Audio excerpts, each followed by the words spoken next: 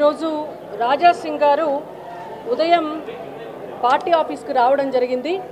రాష్ట్ర అధ్యక్ష ఎన్నికలకు నామినేషన్లు స్వీకరిస్తున్న సందర్భంగా వారు వచ్చి ఇక్కడ ఈ ఎన్నికల అధికారి ఎవరైతే ఉన్నారో శ్రీమతి శోభా కరందాజ్లే గారికి నామినేషన్ పత్రాన్ని ఇవ్వడం కొరకు వారు రావడం జరిగింది. వచ్చిన సమయంలో వారు రాష్ట్ర ఇన్ఛార్జ్ అయినటువంటి అభయ్ పటేల్ గారితో వారు మాట్లాడారు.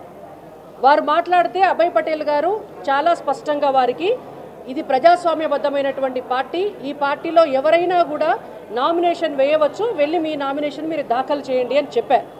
చెప్పిన తర్వాత వారు నామినేషన్ పత్రాన్ని తీసుకున్నారు. తీసుకొని శోభా కరందాజ్లే గారి దగ్గరికి వెళ్ళి వారి ఫామ్ని సమర్పించారు.